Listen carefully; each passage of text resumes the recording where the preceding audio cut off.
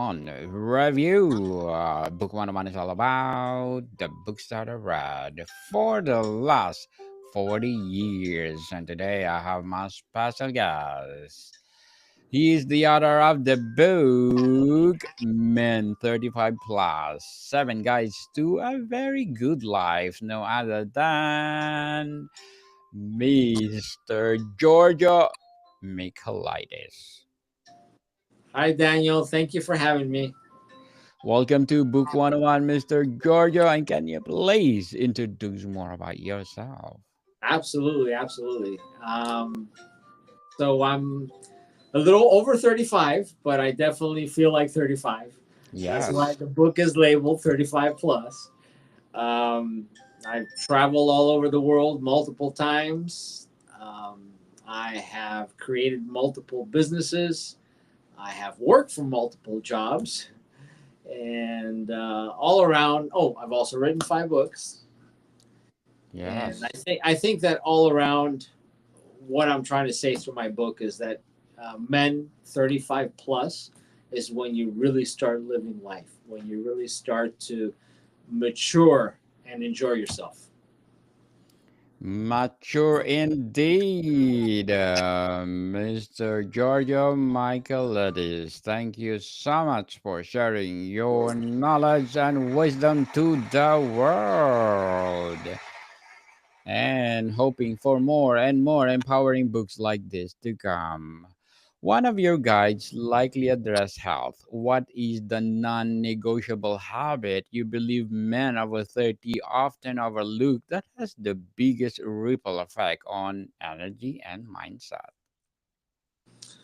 I think everybody nowadays is talking about the outer appearance and health and being able to work out and eat properly. And I totally agree with that. But I think everybody's kind of sidestepping or overlooking the fact that you need to pay attention to your inner world. So I would not sidestep, I would not overlook paying attention to your inside world, how you feel as a man. And as men, a lot of times we don't pay attention to our emotions, and we have to. We have to take some time in the morning, take some time at night, meditate, just contemplate on your day, see how you feel, see how everything was. So I think the inner world is something you cannot bypass. Indeed. How does the definition of a very good life fundamentally shift for men in this stage compared to their 20s or early 30s? 20s and 30s, that's a pretty good question. I think they had different standards back then. Some of them I adhere to, some of them I agree with, like family and the father figure. It seems like nowadays men seem, in the Western world, they seem to take a second place in their as men in their manhood, and I don't agree to that. So I think it's very important to realize that as a man, as a gatherer, as a hunter, you are all that. You're there to provide to your family. You're there to provide to your community. You're there to provide to society. You are a man. You're a hunter. You're a gatherer. Period. That's DNA. It can't change. Totally agree with you, Mr. Giorgio. Guide number three probably tackles purpose. How do you help men distinguish between authentic purpose and just finding another productive thing to do? Being productive is very important in everything you do. From the moment you wake up to the moment you go to sleep, you have to have a productive day. Even if you don't feel good, there's something in your day that you actually feel that you were productive in. So that can be different things for different people. If you're, let's say, a person that stays home mostly with your kids, it can be productive spending time with your kids. If you're somebody that you're in a business, then it's very productive if you are able to create something in your business or solve a problem or create an opportunity, as long as you have productive days. So at the end of the day, before you go to sleep, you sit and you contemplate and you say, how was my day today? What did I do? What could I have done better? And then you can see what a productive day was and what you can do better tomorrow. Very well said, Mr. Giorgio. Very well said. And what practical, non threatening entry point exercise from your guys that helps men start building deeper, more authentic connections? I'm going to go back to the previous question that you asked me, or two questions ago. Um, Being able to control your inner world. Very, very important. Sure, I can control my body. I can do my pull ups, my push ups, my bench press, whatever I do. That's my outer body. I go to the mirror, it looks good, or if it doesn't, I'll work out more, make it look the way I want. People neglect their inner presence. So there are exercises that you can do daily, morning and night, especially. I'm not saying 3 times a day, which will be beneficial, but especially morning and night. You can meditate, you can visualize, you can purge yourself and have the thoughts that you want before you start your day. Those are very, very, very important exercises. You can't miss those. Yes, indeed. Exercise is good for the body.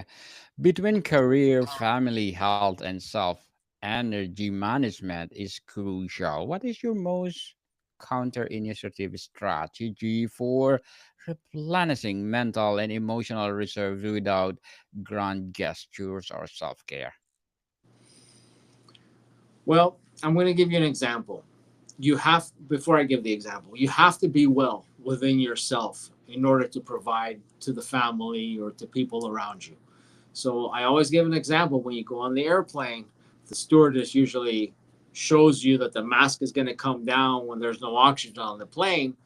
And if you have a kid next to you, you're not going to put the mask on the kid. You're going to put it on yourself because you need to be conscious. You need to be okay before you can save the child next to you. That's the same thing with life. You have to be well. So you have to constantly make sure you exercise, you eat well, you meditate, you anything you do with your inner self and your outer self, as long as it's for you, then you're in a good state. Once you're in a good state, you can provide a better place for your family. You can provide for your children, for your wife, for your father, your mother, your friends, society in general. But you have to be well first. Indeed, take care of your health because health is wealth. People, the age often involves a major shift like career plateau, aging parents, evolving relationships. Which guide offers the most potent tools for managing identity crisis that can accompany these transitions? You said identity crisis? Yes. Well, if you're able to concentrate on yourself and pay attention to yourself and listen to yourself what you want, not what society wants, not what other people around you and your immediate surroundings want. If you pay attention to what you want, then there is no identity crisis. You know who you are, you know what you want, then you're balanced. Once you're balanced and you're well balanced, you can provide to everyone around you a good person. And that good person can help many people.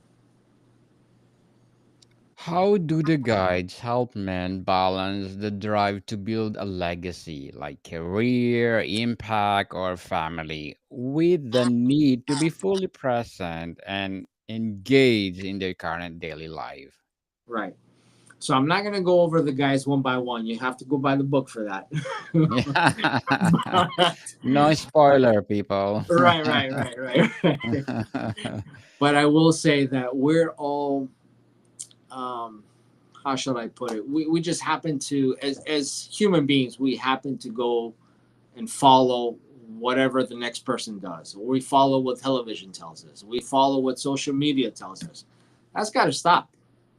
You have to do what makes you happy. You have to figure it out. I can't tell you what makes you happy, but I can tell you in these 7 steps what has made me happy and thousands of other people. Whether it's through one step might be exercise, another step is a foundation of how you can go in your inner world and visualize what you want and meditate, how you can be present at the moment. Example, if you're a father and you have a young child and the young child's next to you, but you're on the phone or you're on your laptop or you're watching TV, that's not being present. You have to be present for the moment. Pay attention to that child. Pay attention to yourself. That's how you grow strong. That's how you have a better life. Yes, indeed. Mature enough to be a man in life. Beyond just saving for retirement, how does financial planning integrate into a very good life vision? And what does enough look like at this stage? Well, I think that all depends where you live. That all depends what country you're in. If Yeah. you're in a third world country, probably financial planning won't work out because you're mostly looking to survive. I think it doesn't have to do with you. It has to do with your surroundings. It has to do with the culture and the country you're in. So obviously, you're not going to be able to change the country, but you can still do things to better your life and the people around you. And I think in a third world country, and I visited many of them, I think one of the best things to do is find a way to make money. And usually that has to do with entrepreneurship. And I've seen it over and over again, whether in Africa or in Asia, people on the street selling things, and it's wonderful. They're actually making a decent living for their families, and I applaud that. In a first world country, in the Western world, it's a different story. There, you have to do financial planning, absolutely. As an entrepreneur, I would tell everybody, to own their own business, but that's not possible for everyone. So you have, in my opinion, you have to let an expert guide you through the process of saving money and investing money. Yes, people But investing but I'm 101. sorry, it has to be, especially in the West, Canada, United States, especially United States, it has to be fiduciary. So it has to be a financial Yes, planner who knows what they're doing. They're responsible for it. yes. If you have a lot of money, people, well, plan for your retirement. How do the principles help men navigate the necessary evolution of long term partnerships? I'm sorry, what type of partnerships? Yes, long time or Oh, long-term partnerships. long term Long-term. partnership. Um, I'm going to go back to what we discussed before about morals and values. I guess I'm old school. And I think a lot of men are, but somehow they're able to, or they're pushed to think that some values don't exist. So when I said a man is a man and a woman is a woman, there's a reason I said that. In order to retain a good relationship, you need to have a person who thinks very similar to you. I cannot go and find a woman that thinks light years different than I do. It's not going to work. I need somebody who has the same morals and the same values. In essence, somebody who has the same vibration, the same frequency as me. If I find that person, you can maintain a long lasting relationship. But I'll tell you what, I'd rather stay single for a long time until I find that person. Otherwise, I'm wasting my energy. Very well said, Mr. Giorgio. Very well said. And I hope people are listening right now will follow your empowering answer. And can you share a specific insight or practice from your work that demonstrates how addressing physical health like sleep, movement, or nutrition directly impacts of emotional resilience and clarity for men 35 plus? Yeah, absolutely. I think most men now are starting to realize the impact of of what exercise does to your daily life. We all know that there's a lot of hormones that are involved when you work out. You get your dopamine, you get your serotonin, you get a lot of hormones that start to excrete in your body once you have that movement going. A lot of people don't know that even if you walk, that gives the opportunity to the legs, the leg muscles, to pump, to act as a pump and pump blood and oxygen back up to the heart. It's so important to just do a little bit of exercise every day. You don't have to be a bodybuilder. You don't have to be an Olympic athlete. You don't have to be any of that. Just a little bit of exercise every day will keep the doctor away. Yes, definitely. Why is the term work life balance often unhelpful for men in this demographic, and what more useful concept or framework to do the guides offer instead? A lot of men seem to find themselves in careers. Don't get me wrong, I've been there. To find themselves in jobs, I should say, not careers, that are not for them. So a lot of times we get into a job because of the money, or we get into it because we need it because of the money. That is not a good balance, because inside, I've been there. Inside you is going to eat you, is going to eat you. You're going to feel so much negativity. You're not going to feel good. So what you need to do, what I did, I was able to reinvent myself. I found what I needed to do. So eventually that breaks out in your body. You feel better, you feel good, you feel excited to go to work, you feel excited to do the things on a daily basis. When you're not happy, you go to a job you're not happy, you don't produce as well, and also your body starts to deteriorate, your mind starts to deteriorate, your relationships around you start to deteriorate. You need to find something that makes you happy and just do it. And everything else comes into balance. Just do it, people. If you have the passion of something, talent, share to the world and just do it. And Mr. Giorgio, as an author, what are your short-term and long-term goals? As an author, I'm coming up As with my well as a businessman, entrepreneur. right, right. So my businesses, I have various businesses. I purchase some and I exit from some. Others I keep as an asset, diversifying my capability of having income. But in the long run, what I'm looking to do is what makes me happy is to help people.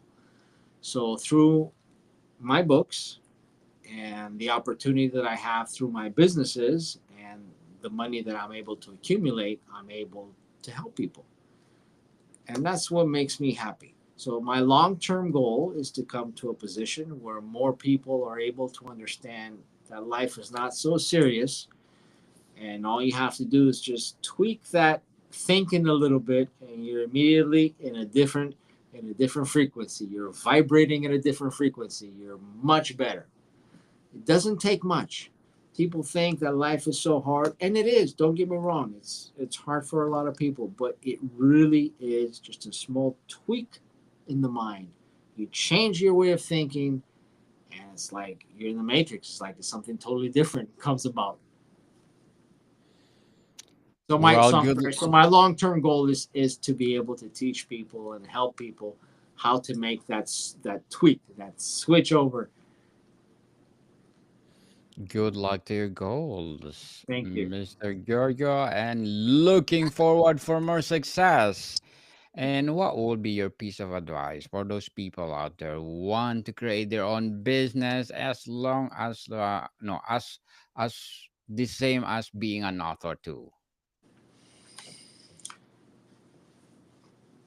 I think the Chinese have a very good phrase, and I adhere by it. It says the longest journey starts with the first step.